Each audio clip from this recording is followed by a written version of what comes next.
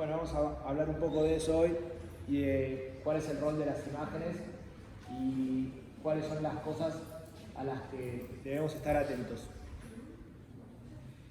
En primer lugar, identificar el alcance de la lesión. Cuando me refiero a identificar el alcance es hasta dónde llega la lesión, desde lo estrictamente anatómico y ver, digamos, si realmente son lesiones que pueden estar relacionadas al abuso infantil. Y cuando sea necesario, incorporar otros métodos diagnósticos allá de la radiología para aclarar las lesiones que se sospechan. Ese es un cuadro de un pintor italiano que se llama El niño que llora, que tiene, hay una, ¿cómo se dice? No me sale. Como una teoría, una leyenda, ¿verdad? Una leyenda de que este pintor le regaló ese cuadro a un orfanato, y en el orfanato hubo un incendio y lamentablemente fallecieron todos los chicos. Y después estaba como muy de moda ese cuadro en una ciudad, un pueblo de Inglaterra, y había muchas familias que lo tenían, y hubo un par de incendios en esas casas, en donde se quemaron las casas, y lo único que quedó sin quemarse fue el cuadro, el niño que llora. Algo parecido al retrato de Brecht, cuando vieron la noche del libro que también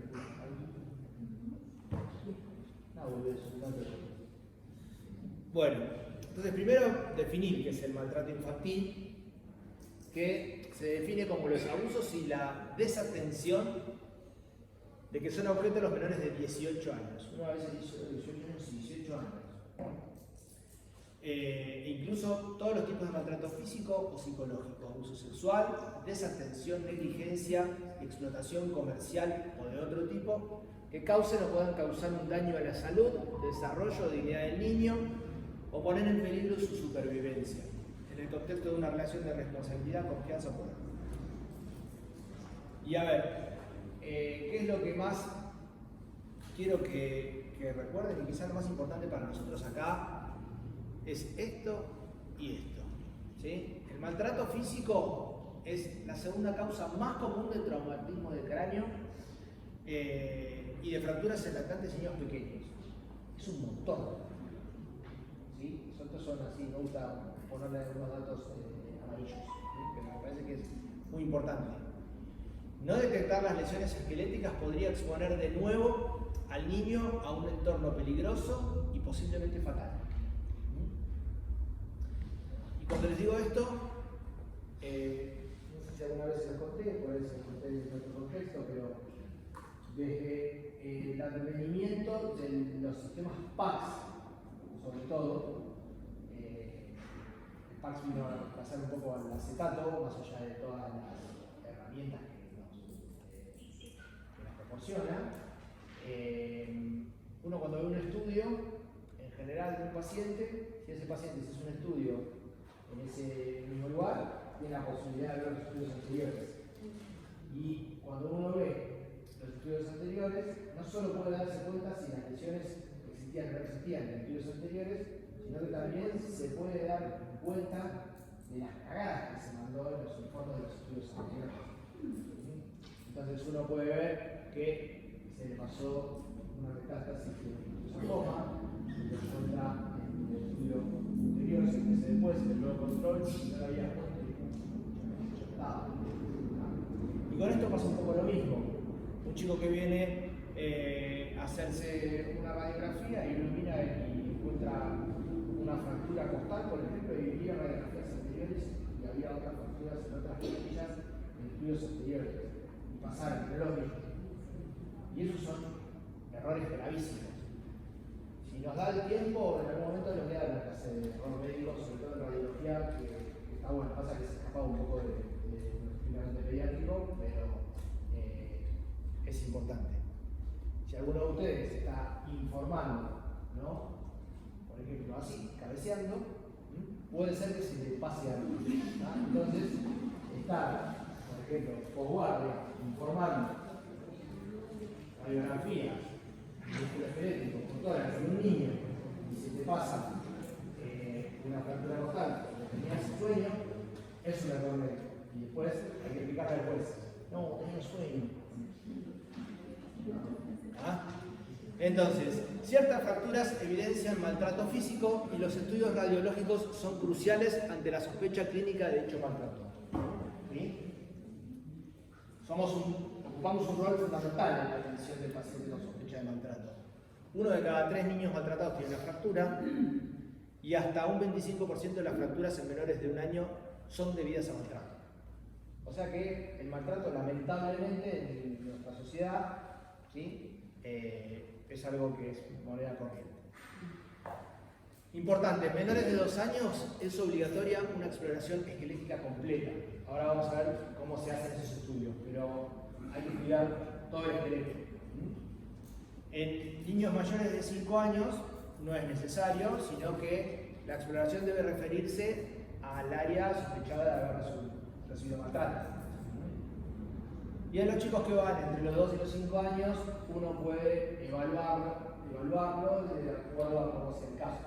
Si la sospecha es realmente fuerte, si hay maltrato y las lesiones, digamos, son incaracterísticas, uno puede decir, bueno, estudiemos todo el niño para ver si existen lesiones compatibles con maltrato o no. Estas son algunas cosas que me pareció importantes también contarles. Pistas para tener en mente que puede haber maltrato infantil. Cualquier lesión incoherente con la historia debe ser considerada sospechosa. O sea, cuando los padres por ahí minimizan una lesión, pero lo traen a la consulta, o cuando al revés, la lesión es mínima, pero hacen mucho barullo sobre esa lesión. Cuando hay una mejora inexplicable de salud en la consulta, o sea, la madre viene y te cuenta que el chico se golpeó, que algo sucedió y que sucedió hace una semana, y dices, ¿cómo lo trajo antes? ¿Por qué no lo trajo antes? Y seguramente debe haber habido algún quilombo en torno a esa lesión, por el mecanismo en el cual se produjo, por quién la produjo. Cuando las lesiones son incompatibles con las capacidades del desarrollo del niño, por ejemplo, le dicen que se cayó de la cama y tiene 1 mes y medio, se cayó de la cama de los padres, ¿cómo se puede haber caído de la cama de los padres un chico de 1 mes y medio? Si no rola. O se cayó de la escalera un chico de 6 meses, que no gatea. ¿Ah? Y así, ninguna explicación para la lesión, explicaciones inadecuadas o padre titubear el relato, historias contradictorias o cambiantes, uno te dice una cosa, otro te dice otra, ambos padres. Cuando las lesiones son atribuidas a otra persona que no está involucrada ahí, cuando en general los chicos están ayudando a los padres, algunas veces no, pero en general. O cuando el chico tiene algunas señales de abandono. Y cuando hay señales de abandono, es importante, bueno, esto es algo que quiero que recuerden, algunas cosas, del desarrollo del día, no de cualquier libro de pediatría, pero es importante saber. Un chico, por ejemplo, que si aspiró un cuerpo extraño y tiene 2 meses, 3 meses, alguien metió el cuerpo extraño.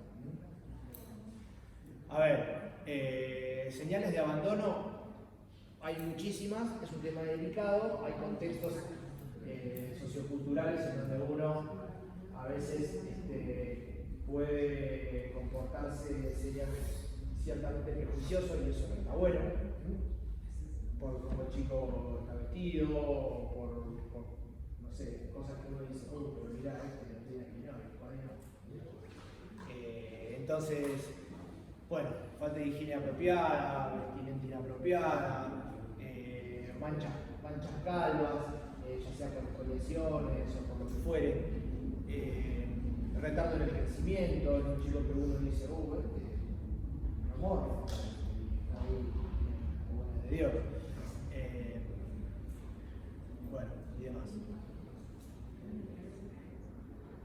Y esto que les decía respecto de las conductas de los padres, cuando uno ve que los padres no tienen demasiada preocupación respecto de la lesión, cuando uno sabe que el chico manifestó haber tenido dolor en esa lesión y los padres le dieron demasiada importancia, o lo que les decía antes, demasiada preocupación por lesiones inútiles. Y bueno, y esto también cuando uno ve que los padres tienen algún tipo de conducta que uno dice, por ahí abusa de algún tipo de sustancia, o es medio, o tiene pinta de ser medio violento,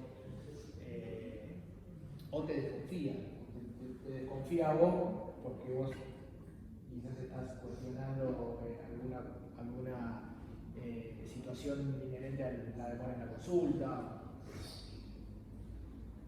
Les voy a mostrar distintas imágenes sensibles, algunas, pero que está bueno que las tengan en mente. Por ejemplo, fíjense en la cara de ese chico con hematomas en distintos estadios, y si bien los chicos se golpean, un chico sano no se golpea tantas veces, tan fuerte como para tener tantos hematomas en distintos estadios. Te pudiste golpear fuerte un día, al día siguiente te volvés a golpear, al otro día no, y si el otro día te volvés a golpear, el hematoma anterior ya se te había ido. Entonces, ese tipo de hematomas, sobre todo en la cara, uno tiene que estar atento.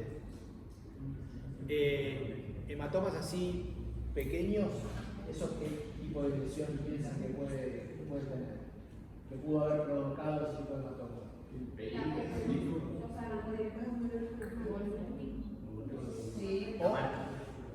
Sí, o puntazos con algo que no lesionó, digamos, no produjo una exfoliación en la piel, pero un puntazo, un golpe con algo, no sé, con una lapicera, con un callate, con algo, con el culo de la cuchara o del tenedor, lo que sea. Golpes repetidos. Bueno, golpes en las manos, golpes en los pies. Fíjense eso, está marcada la hebilla de un cinturón, ¿no? O un golpe con una cadena, fíjense cómo se ven los golpes. El taco de un zapato o la abulsión de la oreja. Más de uno se decía picando orejas. Pero bueno, eso es son lesiones por maltrato. Que cuéntenlo si nos reímos todos.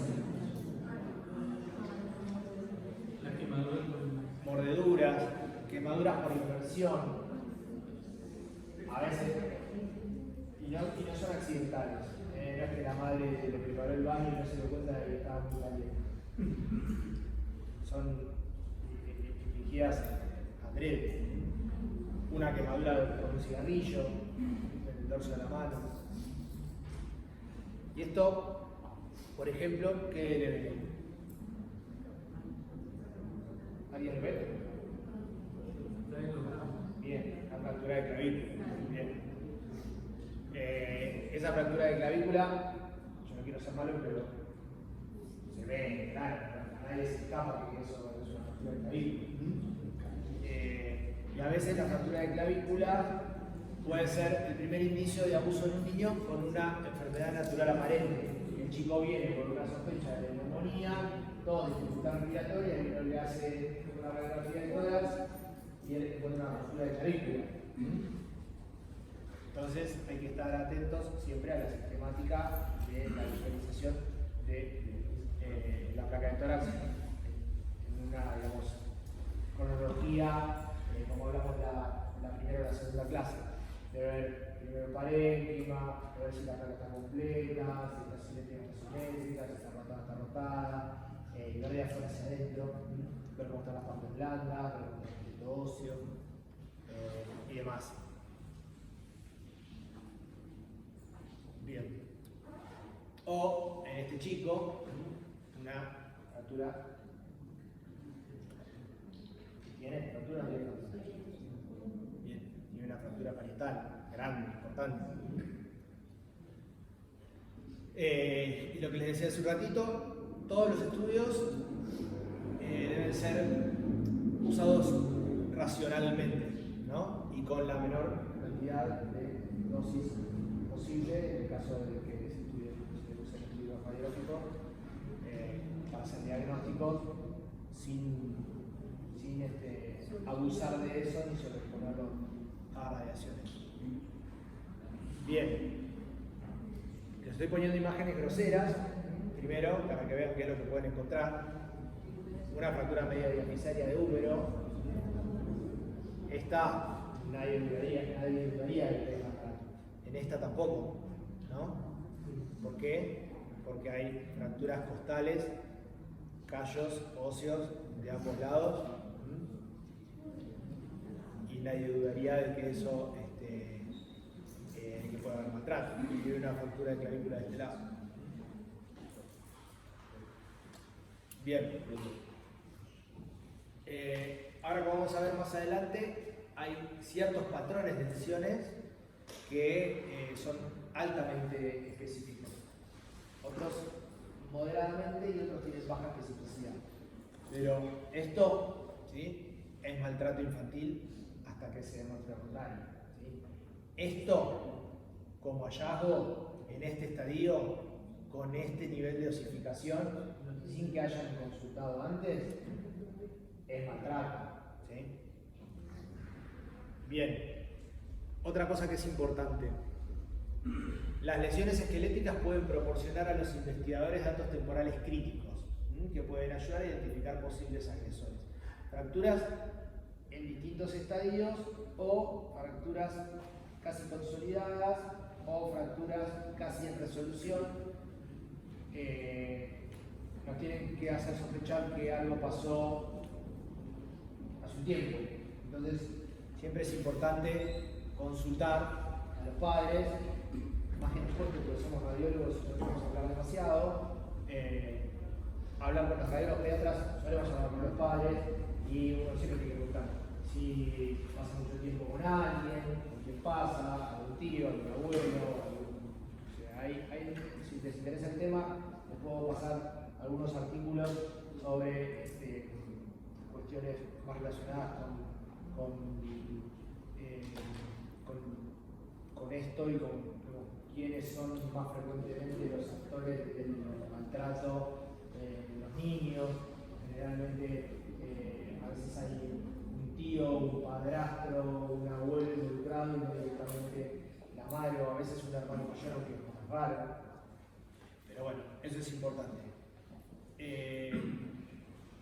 Sobre todo el estudio radiológico, ¿sí? La radiología convencional, a pesar de que uno a veces ya le aburre, porque ya no se dice radiología, se dice diagnóstico por imágenes, y a todos nos gusta algo más que la radiología convencional. En el maltrato infantil la radiología convencional juega un rol fundamental, y muchas veces solo con la radiología convencional podemos salvar vidas. Bueno, este es el ejemplo anterior. Esto también es importante. Eso que ven a la derecha hay que tratar de evitarlo, ¿sí? La miniografía no sirve. No sirve hacer una radiografía del niño entero y ver la radiografía del niño entero en una sola proyección entero-posterior buscando las fracturas. Porque a veces hay lesiones, como vamos a ver más adelante, que son muy sutiles y que cuando uno hace ese tipo de proyección no las va a ver. ¿Está bien? A ver, ahí habla sobre que los departamentos de imágenes deben utilizar sistemas digitales con suficiente resolución, y la realidad es que hoy disponemos de radiología digital en casi todos lados. Entonces la posibilidad de hacer un buen estudio la tenemos en todos lados. De todos modos, eso no quita que si nosotros laburamos en algún lugar donde haya equipos viejos, podamos hacer podamos utilizar una buena técnica de adquisición, adecuadamente colimada, limitada a la región que queremos estudiar, O por ejemplo, que si nosotros hacemos un niñograma de frente, ¿sí? O una niñografía de frente en un chico con una lesión sacrocoxigia, no la vamos a ver. ¿Tá? Entonces ahora vamos a ver algunas de las cosas que quiero que se graben a fuego de esta clase, se los voy a ir diciendo, sobre todo para que se despierten los que duermen, estos recuerdos. Entonces, ¿cuál es el protocolo? Ahora vamos a ver. Siempre la imagen bien colimada, restringida al área anatómica específica de interés. Hay como cierta tendencia, por lo que les decía antes, de abarcar grandes regiones anatómicas.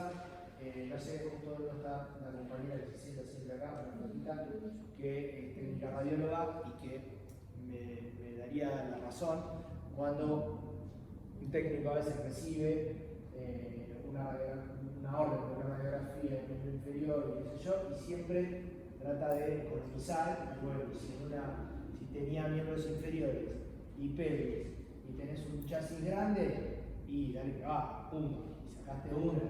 Incluso hay quien piensa también que está bueno porque ahorra en radiación.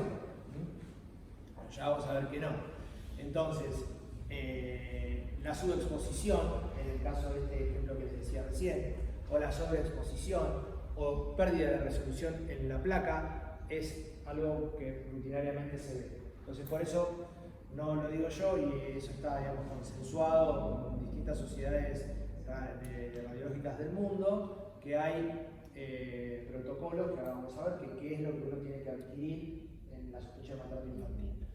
Y esto también es importante saberlo, que muchas veces cuando hay, porque este es un ejemplo en donde vale repetir estudios, cuando vos tenés una lesión que no te queda bien en claro, sobre todo un ejemplo de lesiones que son las fracturas de la esquina o las fracturas metafisarias, como la fractura en asa de balde, cuando no tiene demasiado pegamiento, salud, uno muchas veces no sabe si la fractura es real o si hay, por ejemplo, alguna variante anatómica.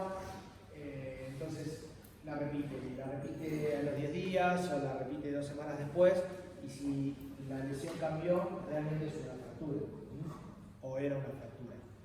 ¿Qué hacemos con estos chicos? A veces es muy difícil, porque uno, si sospecha que tiene una fractura que es altamente sugerente o sugestiva de maltrato y no la puede informar como tal y necesita esperar para hacerle otra, a veces eso genera mucha ansiedad en el clínico, que dice que hago con el chico, lo internado, lo externo.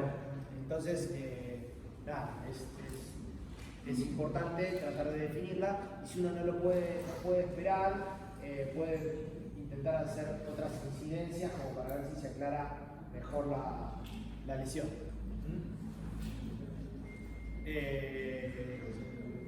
Eso que les decía. Un estudio repetido permite una determinación más precisa de la edad de las lesiones. Y entonces la falta de cambio puede indicar que el hallazgo radiológico inicial es una variante anatómica o una displasia ósea, que por ahí no vamos a hablar de displasia ósea, algo que de eso probablemente hablamos la que viene. Esta es una de las cosas que quiero que recuerden, ¿sí? Que es lo que debe estudiarse. Los brazos, los antebrazos con ese tipo de proyección, antero-posterior, los muslos, las piernas. Si el chico es grande y uno va a tener una mala, digamos, resolución haciéndole una pierna conjuntamente con el muslo, entonces hay que hacerlo separado. El hueso tiene que entrar entero, el fémur tiene que entrar entero y la pierna tiene que entrar entera. Si uno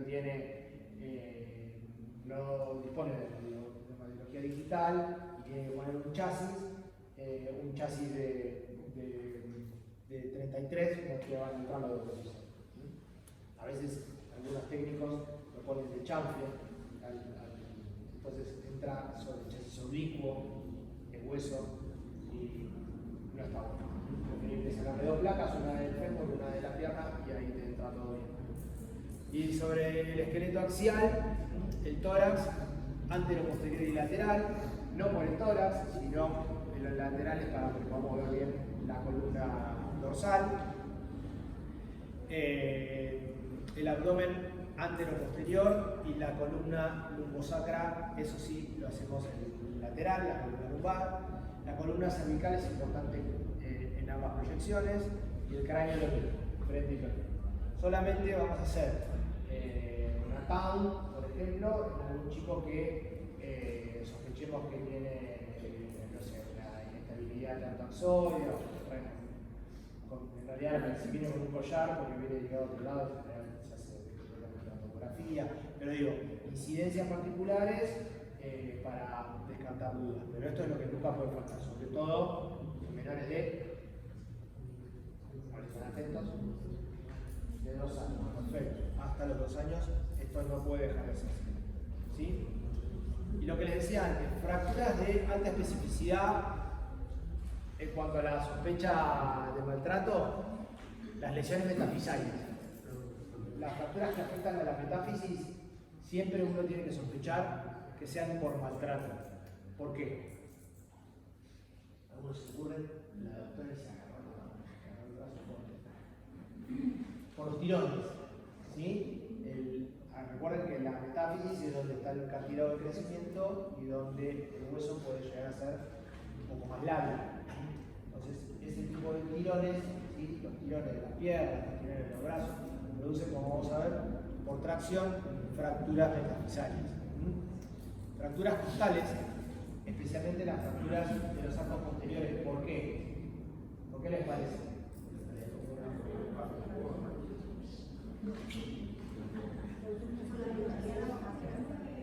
¿Cómo?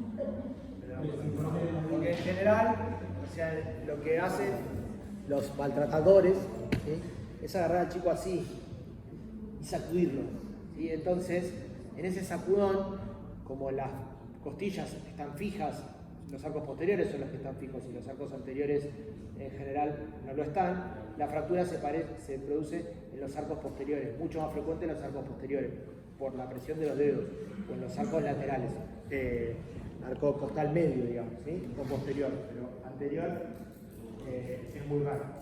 Y sobre todo porque anterior es mucho más cartilaginoso. De hecho, la placa craneal no son cartílagos costales anteriores. Fracturas escapulares, fracturas de apófisis espinosas, ¿sí? Eso siempre son bastante específicas de maltrato por golpes. Las fracturas externales son poco frecuentes, pero uno tiene que sospechar maltrato cuando las encuentra, porque son directamente por golpes.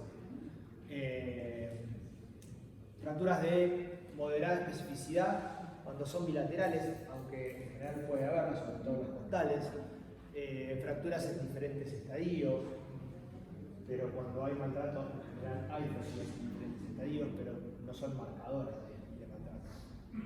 Fracturas en los dedos de las manos o fracturas que son complejas en el cráneo. Y después hay fracturas que son de baja especificidad, como la fractura de clavícula, sobre todo la fractura diafisaria de clavícula. Hay millones de mecanismos de producción de fracturas de clavícula, así que no es específica, pero hay que sospechar siempre. Y esto es importante, quiero que lo recuerden respecto de las fracturas metafisarias. Las fracturas metafisarias se producen en general por tracción, por torsión, ¿sí? O por el shading, ¿sí? Por torsión no es prioridad. Podés tener fracturas espiraladas, pero una fractura espiralada es una fractura diafisal. En la metáfisis vas a tener las fracturas que se producen en la metáfisis son en general por tracción. Entonces, tenemos básicamente dos tipos de fracturas. Una es esta, ¿sí? Que es una, ustedes ven acá, esto es esquemático, no es muy difícil de ver, es una fractura, es un trazo radiolúcido que pasa por toda la metáfisis y produce lo que se puede llamar la fractura en asa de Balde, que es lo que marca esta imagen. Es como que se desprende parte del cartílago de crecimiento y se llama fractura en asa de Balde y deja una imagen radiolúcida en el medio. O bien las fracturas de la esquina, que son, no se ve desde acá y no tengo para maximizarlo, pero son fracturas del córner o fractura de la esquina, que es el extremo de la metáfisis. Hay como un desprendimiento de esa punta. ¿Y cuál es la distribución? Más o menos, esto no está en el orden, pero en general un 52% comprometente. En un 52% de los casos de las fracturas por maltrato está comprometido el fémur distal y la tibia proximal. Fíjense, este ejemplo es un lactante de 8 meses. En esta, ¿qué se ve? En la pierna izquierda hay una leve incurvación diafisaria. Si no fuera por la fractura, uno de los diagnósticos diferenciales que uno tiene que hacer es la sífilis congénita, la famosa tibia sensable. Bueno, esta incurvación. Y después, acá, ¿sí? Una pequeña fractura de la esquina. Acá lo mismo, es una fractura de la esquina en la metáfisis medial, el tobillo, la tibia, es esto. ¿La ven? Que es como un pedacito así que se desprende. Y esto es 20 días después, en donde ya no se ve. Por eso, la importancia de mirar con detenimiento y no tener oportunidades perdidas de diagnóstico. Esto, bueno, también, si a alguien se le pasa esto, ¿no? Es una fractura transversal del fémur, generada por una tracción suave, dice ahí, en general no debe haber sido tan suave, para producir semejante fractura. Esta es una lesión metafisaria en asa de Walden, fíjense que tiene una linita ahí lúcida. Y esta es en el mismo paciente, una fractura de la esquina en una proyección lateral. Muy bien. Y lo que les decía respecto de las fracturas costales. En general es esa compresión y el zarandeo del chico, que vamos a ver que produce lesiones intracraneanas también, pero lo que vamos a ver son callos en distintos estadios, en general en los arcos posteriores. No tiene buena resolución la pantalla, entonces no se ve. Y esto también es importante al tratarse de arcos posteriores o arcos costales medios. A veces es necesario complementar, ubicando un poco al paciente y colocando la superficie costal sobre el chasis para poder acercarlo mejor a la película e identificar mejor la fractura, ¿no? Fíjense, a los 15 días, muchas veces, uno termina de definirlo porque la fractura aguda tiene un pequeño trazo radiolúcido que por ahí no se ve muy bien, y uno lo ve a los 15 días que ya tiene callo y termina de poner el sello diagnóstico con el callo.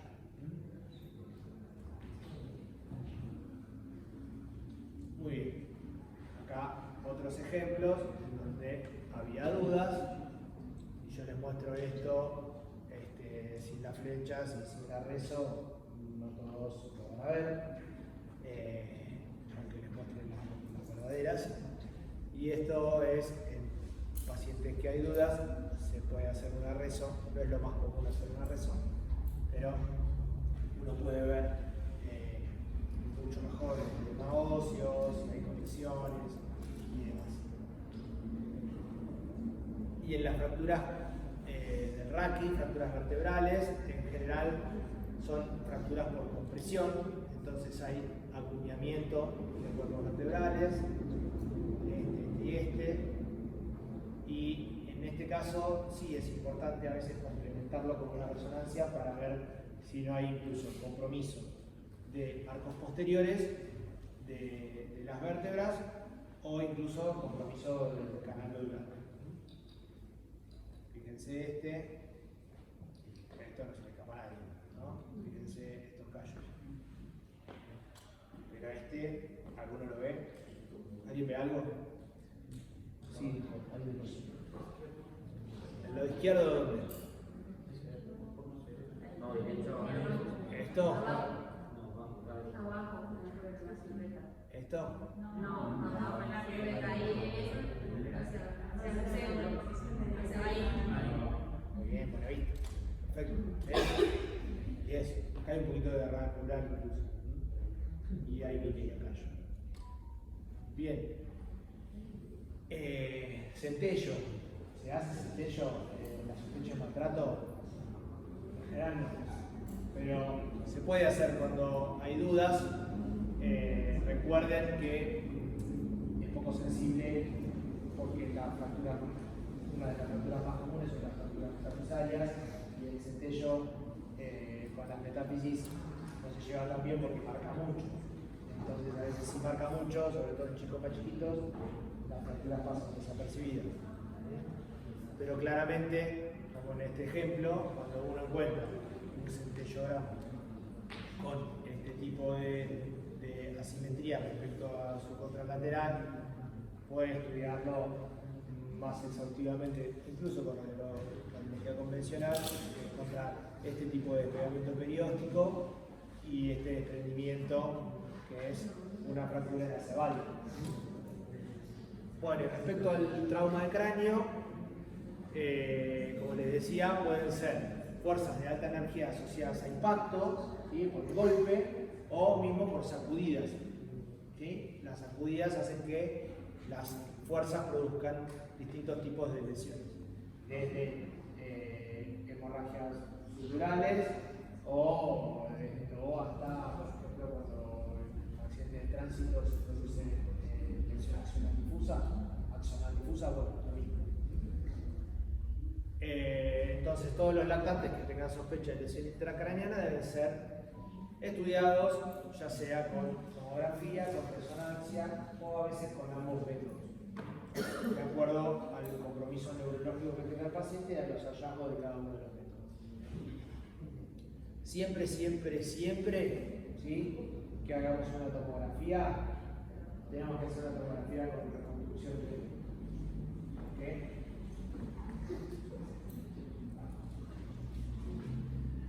Porque las lesiones, las fracturas parietales muchas veces tienen trazos horizontales y entonces hoy por hoy podemos hacer reconstrucción 3D en absolutamente todos los estudios. Hoy se hace tomografía interna en casi todos lados, todos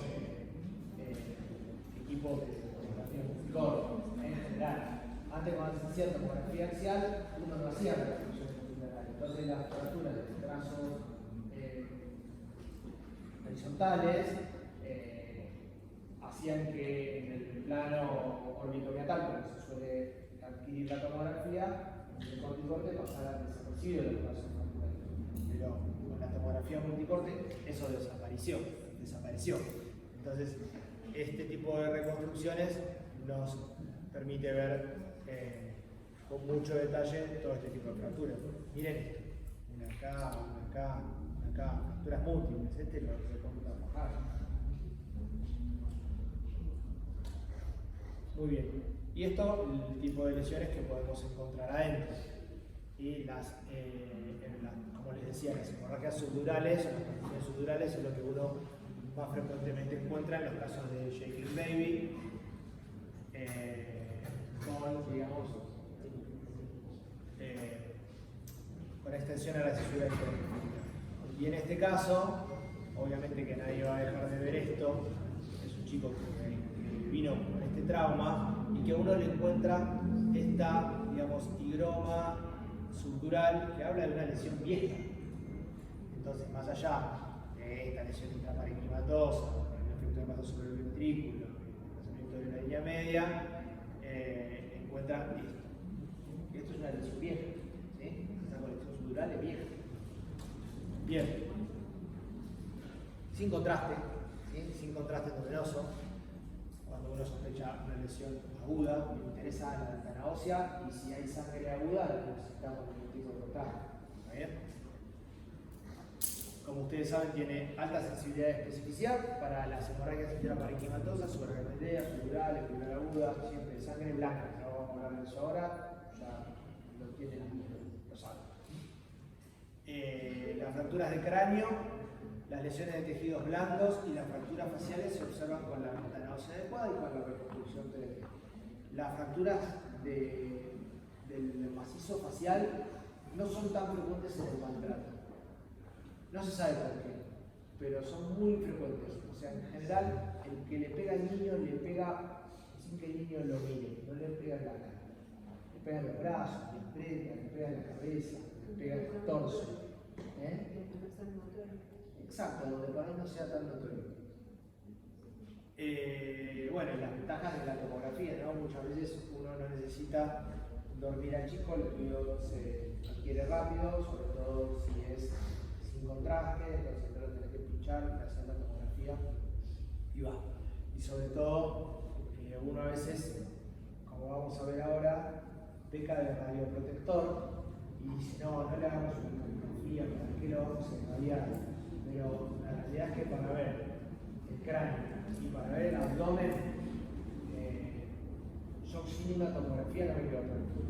Por más que sea lactante con la fontanela permeable y uno le pueda hacer una ecografía que más o menos le sirva, no dejo de hacerle la tomografía. Sobre todo si estoy en un medio en donde no tengo un oftalmólogo que lo pueda ver para ver si tiene hemorragias retinianas. Esas son lesiones que son muy frecuentes en el maltrato. El shaking baby produce hemorragias retinianas.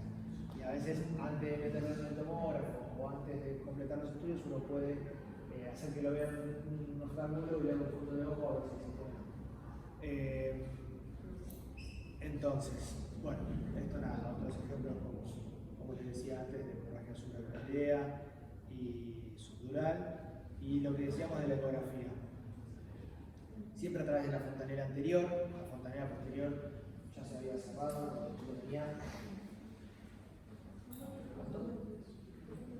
4 meses, quién da menos, quién da más. Ya lo hablamos, no leyeron, le saca el examen. 3 meses, y la fontanela posterior se cierra 3 meses. O sea, siempre usamos la fontanela anterior. Y aparte esa imagen es bien de fontanela anterior. ¿Sí? Entonces, a través de la ecografía se puede aclarar más o menos la naturaleza de la colección y dónde está situada. Y recuerden que la convexidad subdural de las colecciones subaracnoideas se puede descartar con ecografía, sobre todo con ¿qué diferencia hay entre la hemorragia subdural y la subaracnoidea?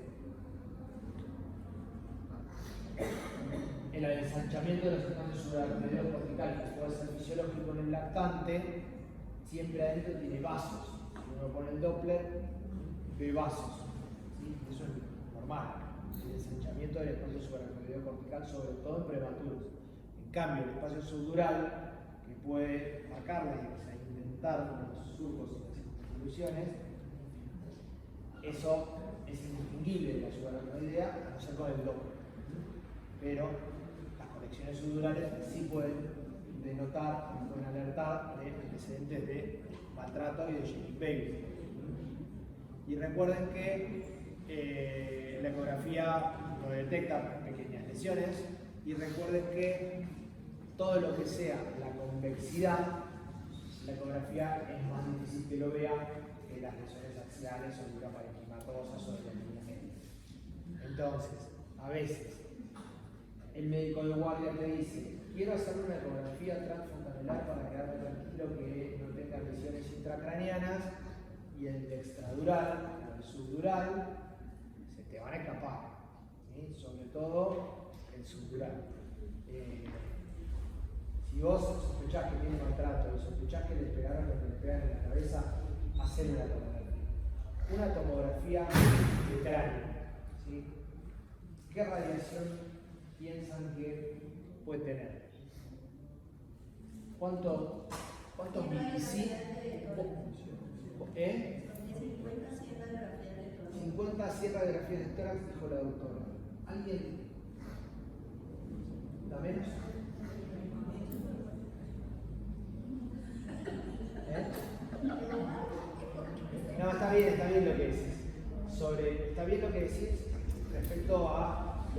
antes se tomaba como tomografía axial computada con equipos helicoidales, ¿sí? Hoy, con un tomógrafo multicorte, ¿sí? Nosotros, por ejemplo, en el hospital tenemos un 320, no en todos lados hay 320, 320 detectores. Con un tomógrafo, 320 detectores, en donde una vuelta del gantry, ¿sí? Una vuelta del gantry cubre 16 centímetros, el cráneo de un chico vos lo adquirís con una sola vuelta, ¿sí? Y con una sola vuelta puede estar irradiando con un protocolo de baja dosis, que es lo que usamos en pediatría, más o menos 0,5 milisievert. Son 5 radiografías de tórax. Nada. Entonces uno dice, no lo irradiemos, hacer una ecografía. Yo prefiero irradiar, hacer 5 radiografías de tórax, que quedarme con la duda de si el chico no tiene un subdural, porque a un boludo se le ocurrió que había que hacer una ecografía y una tomografía. ¿Sí? Así que bueno, obviamente que por ahí en otros lugares no es lo que en algún lado pueden ser 50. Igual, si el medio no es confiable, no te quedes con la duda. ¿Sí? Bueno, y la resonancia magnética, como ustedes saben, es la mejor modalidad porque te distingue bien los distintos tipos de lesiones, la ubicación, la antigüedad de las lesiones, solo con secuencias básicas y nada muy sofisticado, uno puede descartar la mayoría de las lesiones que pueden producirse por maltrato en un niño. ¿Y qué es la contra, no menor? Es el tiempo, ¿sí? El estudio de una resonancia, la necesidad de sedación y bueno, a veces hay que hacerla, sobre todo en chicos en donde la sospecha es muy alta y a veces la clínica no se condice con los mecanismos de producción y uno dice, bueno, tiene una placa normal, tiene una tomografía normal, tiene algo radiológico que no cierra, hay que hacer una resonancia. Sobre el trauma tóraco-abdominal, es como decíamos hace un rato, un mecanismo muy parecido a la forma en que se producen las lesiones en trauma por un accidente de tránsito, por ejemplo.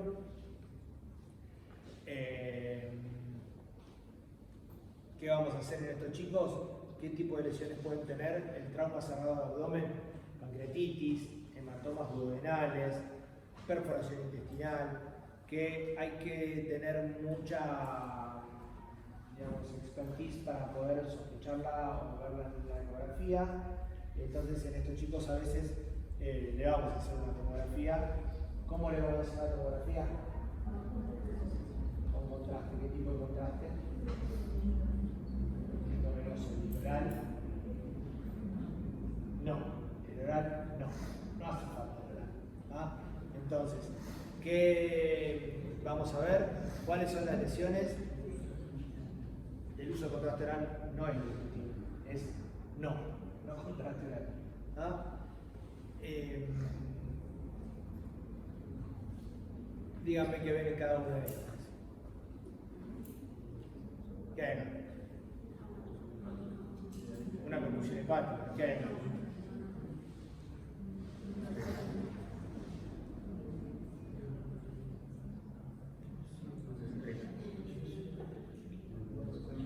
Los riñones tienen distinta densidad, hay una lesión del vehículo renal, seguramente. ¿Y acá? Líquido libre. ¿Y acá? La contusión. Muy bien.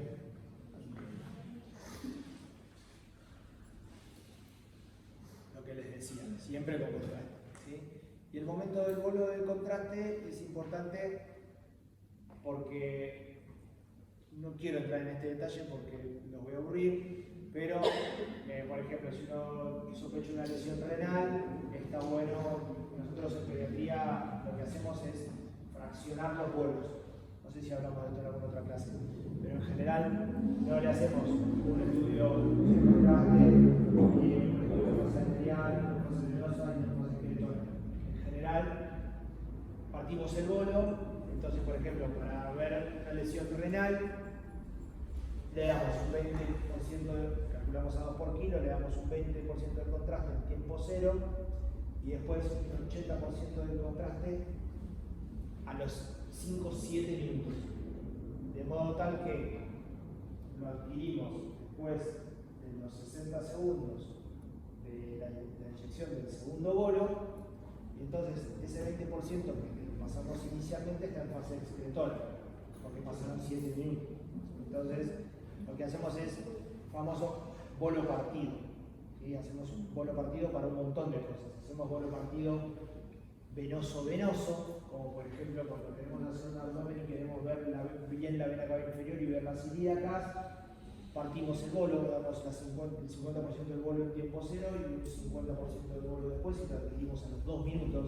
Entonces tenés la cava pintada, porque si lo adquirís a los 60 segundos de la inyección del bolo, a veces la cava por abajo de las renales y las ilíacas no las ves. ¿Ah? O a veces hacemos arterial y venoso, ¿sí? un bolo partido y le hacemos arterial y venoso cuando queremos reconstruir algo de lo vascular, por ejemplo en un pretrasplante renal o directamente hepático, en vez de irradiarlo 2 veces, lo irradiamos una vez y le partimos el bolo.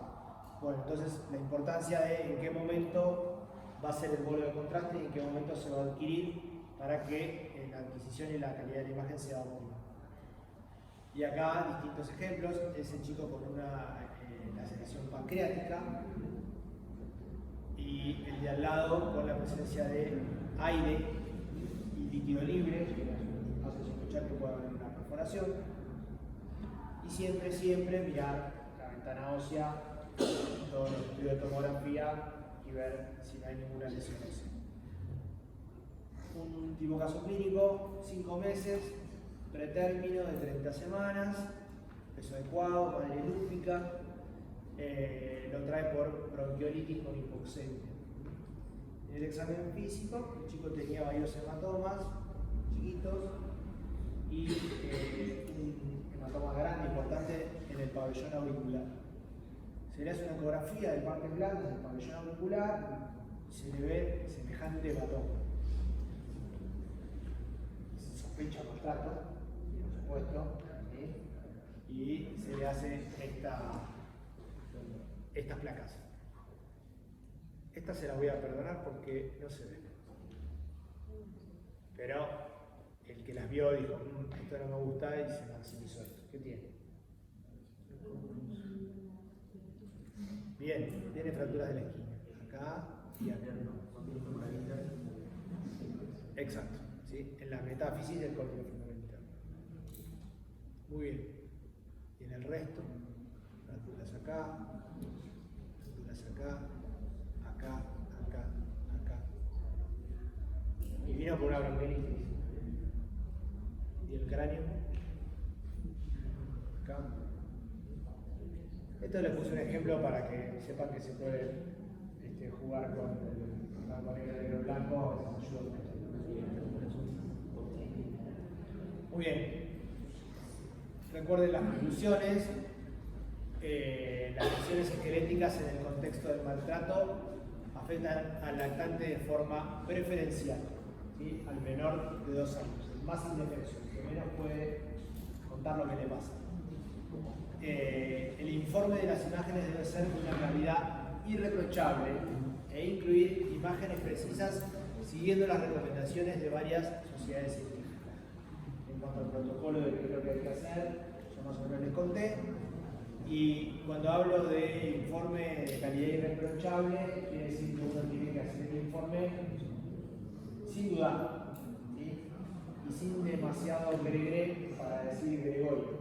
Eso, cuando a veces es un tema delicado y a uno dice, si dudas, siempre hay opciones para repetir, siempre, digamos, el laburo interdisciplinario que te permite decir al pediatra, che, mira, me parece que es víctima de maltrato, dejémoslo, internémoslo, déjame que le quiero sacar otras placas, no se desentiendan de esto, ¿sí? Porque a veces es muy fácil hacer un informe medio descriptivo, blandito, y el paciente se va y puede no volver ni ir a consultar a ningún otro lado.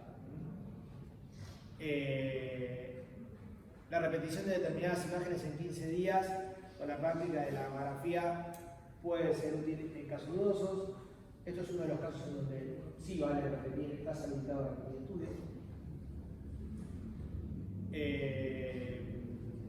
La fractura sanguínea, que es similar a la fractura de la esquina, o en asa de balde o de cubo, son bastante específicas e incluso, ¿por qué no, patognomónicas del maltrato infantil?